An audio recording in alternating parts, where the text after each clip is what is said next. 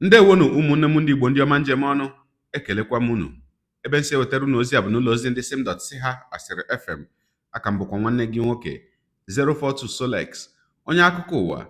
Onye a ị na-ahụ n'iru ihe onyonyo a bụ Maazị Onyeka Levi Obu, onye nke ama dịka Ezeani, bụ eze nke udele ahụ, onye kpara mkpamkpa na steeti Enugu, onye nke akwarịrị ụlọ ya n'ọnwa abụọ gara aga na obodo Ezeagụ, bụ onye nke ahụrụ ebe ọ na-awụkonye ndị mmadụ na ime olulu na ebe ọ na-arụ ụlọ. Dịka anyị si wee hụ n'ihe onyonyo fepụtara na ụlọikpe Magistrate Court nke nọ n'ime okpuru ọchịchị Enugu North na steeti Enugu, ebe ya bụ nwa amadi bịara n'ụlọikpe akpụtara ya ka etinye okwu ya ọnụ, mana dịka anyị si wee nụ na asị na onweghị onye ọkaiwu ọbụla kwere wetinye aka na okwu ya bụ nwa amadi.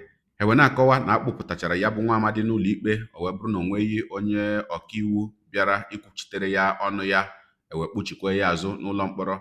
Ogologo kwa dị mmanụ ka mgbede, ya mere buru oche gị kpụdobe nso ma nọrọ ala ka anyị nyụ anya na nkenke ihe onyonyo nke anyị nwetara dịka akpụpụtara ya bụ nwa amadi n'ụlọikpe tata. Ya mere asịla na Solex si kama lere onyonyo ya.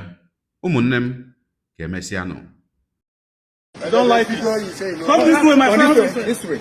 You think anybody's laughing with you? You know they're happy that there's no... No, you are not happy that you are still talking. You are still breathing. They're happy that there's no... I bet you do anything. Yeah, this is the suspect. Levi Obi is the suspected ritual killer. So today he will be arraigned in the magistrate courts in Enugu North. Yes, we know. That's why since he left, we need to get him. The call for trial this morning. The magistrate court of Enugu. It's happening live.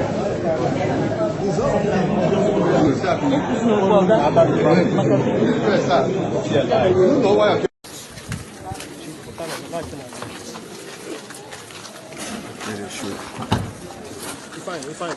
Madam, put that back. Madam. Ritualist from Ezeani. The criminal is the very show. High Court, Enugu State.